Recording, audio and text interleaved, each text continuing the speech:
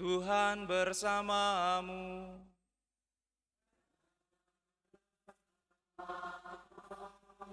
Inilah Injil suci menurut Yohanes. Dimuliakanlah.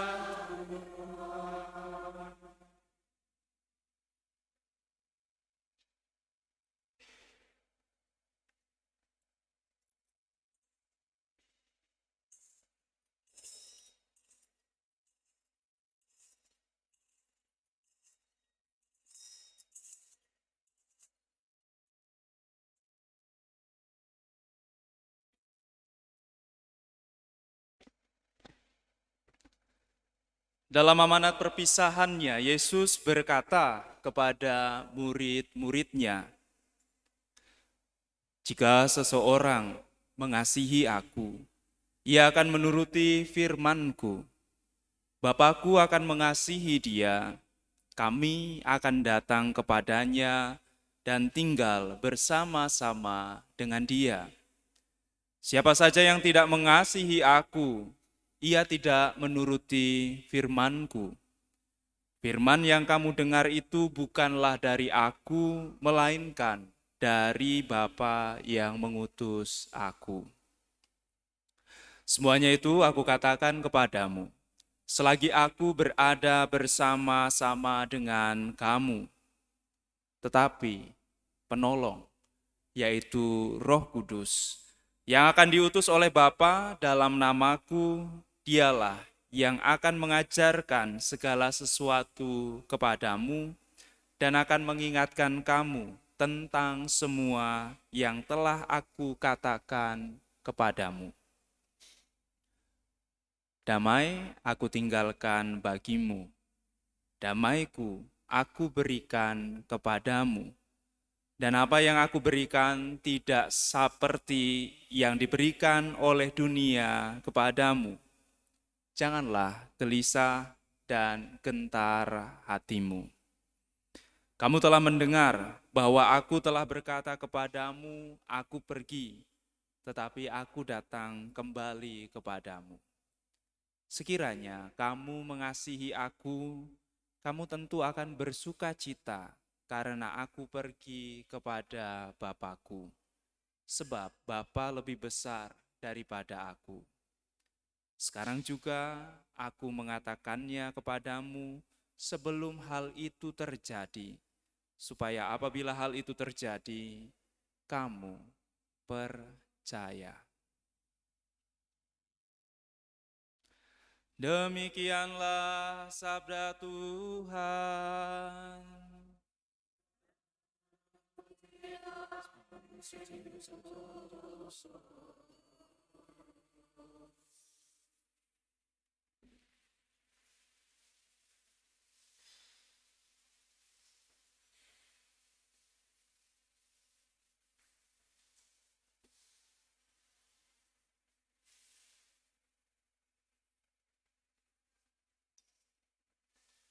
Para suster, saudara-saudari, dan adik-adikku yang terkasih dalam Tuhan, hari ini hari Minggu Paskah yang ke-6. Sudah 6 minggu kita menjalani Paskah dan besok hari Kamis kita merayakan hari kenaikan.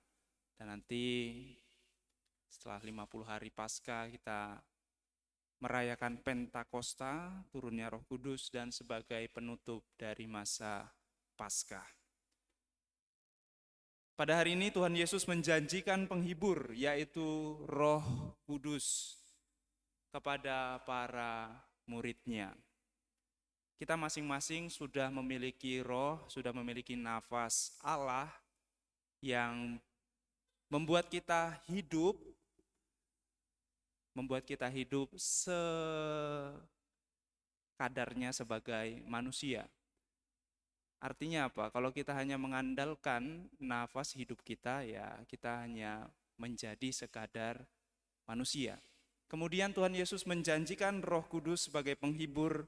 Dia adalah Roh Bapa melalui Yesus, dan ini menyempurnakan roh hidup kita masing-masing.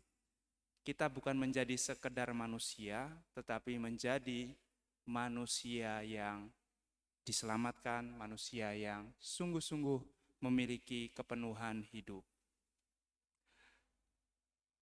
Roh Kudus yang diutus ini akan melestarikan damai sejahtera, iman dan pengetahuan yang benar mengenai Allah yang telah disampaikan oleh Tuhan Yesus kepada kita.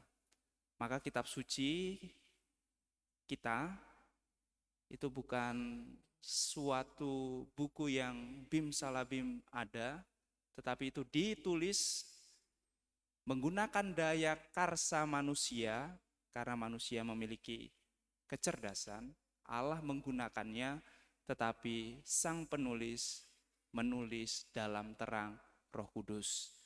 Itu ada di Dei Verbum nomor 11, silahkan dibuka dan dibaca. Dan dalam bacaan pertama kita melihat bagaimana karya Roh Kudus itu memang benar-benar terjadi dan karya Roh Kudus itu benar-benar menjaga kesatuan gereja kita. Dalam bacaan pertama sebagai konsili pertemuan, konsili pertama yaitu konsili Yerusalem, konsili yang terakhir tahun 1965, konsili Vatikan kedua. Kenapa ada konsili?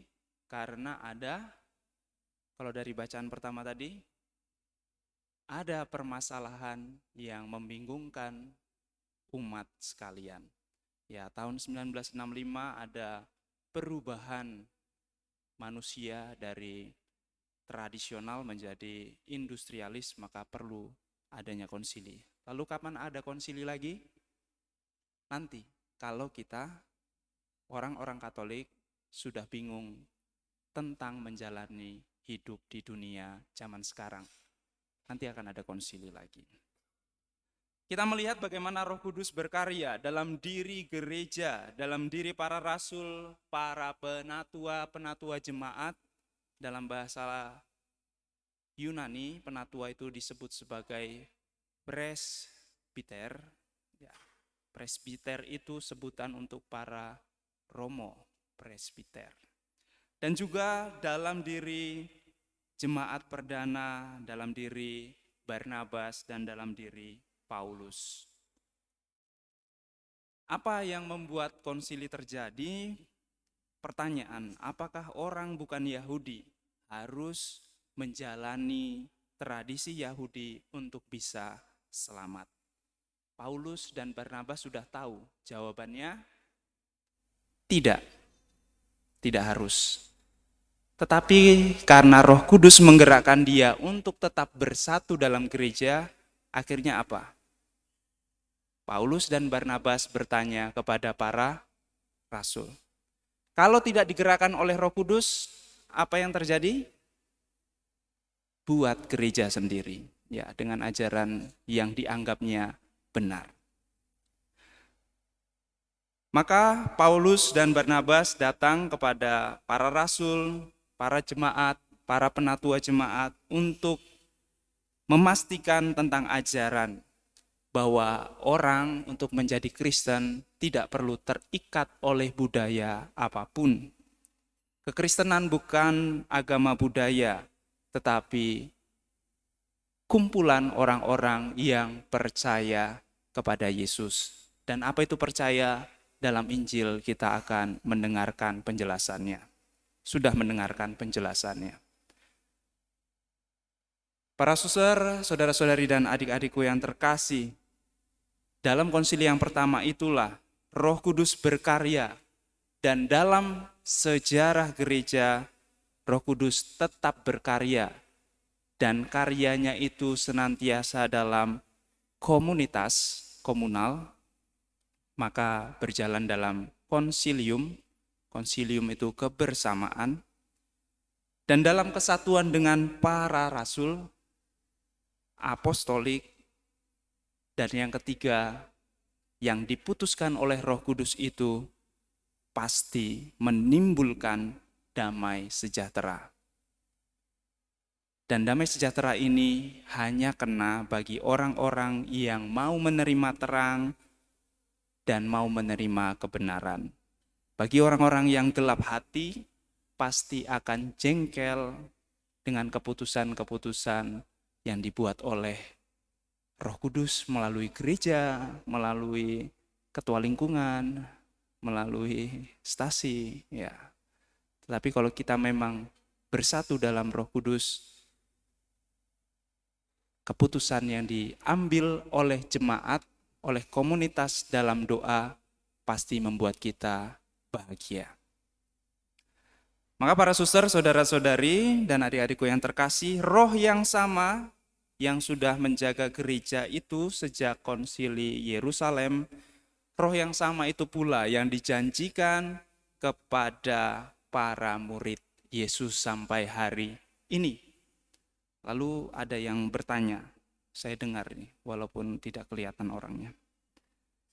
Romo, hidup saya belum ada damai, masih susah, marah, gelisah, takut. Saya ingatkan, Roh Kudus dijanjikan dianugerahkan kepada para murid. Maka pertanyaannya, kalau kita masih merasa belum menerima Roh Kudus, memangnya kita sudah menjadi seorang murid? Seorang murid dalam Injil dikatakan, ia mengasihi Yesus dan menaati firman serta perintahnya. Mengasihi itu pasti taat. Taat bermakna kalau ada kasih. Taat tanpa kasih itu hanya sebuah ketakutan, dan Tuhan tidak mengharapkan itu. Roh Kudus tidak bisa masuk pada orang yang menolak mengasihi dan menaati firman Allah. Hidup yang tidak mengusahakan kasih dan tidak mengupayakan ketaatan pada firman Allah, maka Roh Kudus akan terhambat untuk berkarya dalam diri orang seperti ini. Bukan karena Roh Kudus tak berdaya, tetapi karena tanpa sadar kita menolak dengan cara hidup kita yang tidak penuh kasih dan tidak taat. Kalau di bayangan saya, tahu ini kan kurir itu ya. Kurir itu, Roh Kudus itu udah datang mau ngasih ke kita rahmat itu. Kemudian ketika mau ngasih, kok beda dengan yang disebut Yesus nih kriterianya, mengasihi, taat.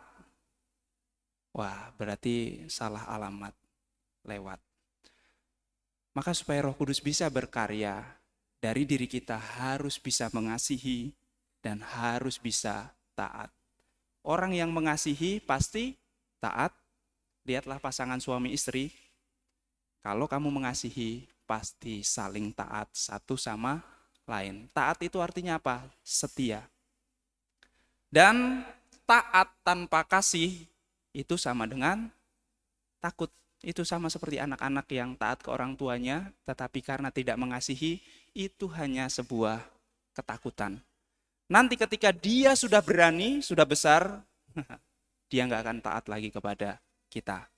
Maka ciptakanlah ketaatan itu dalam suasana penuh kasih. Maka ketaatan itu akan lestari.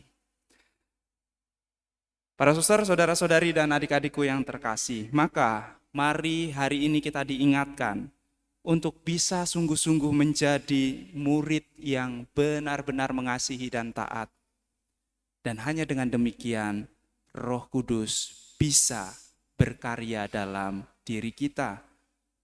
Ia bisa masuk dan mengajari kita bagaimana mengasihi secara benar dan bagaimana hidup taat secara tepat. Ya, taat karena takut itu tidak tepat. Taat karena mengasihi itulah yang tepat. Dan ia juga akan menganugerahi kepada kita hidup yang penuh harapan. Untuk apa? Untuk menyambut Yerusalem baru, yaitu surga yaitu kerajaan anak domba, seperti yang dilihat oleh Yohanes dalam kitab Wahyu. Dan saya percaya apa yang dilihat Yohanes itu sungguh benar-benar kenyataan.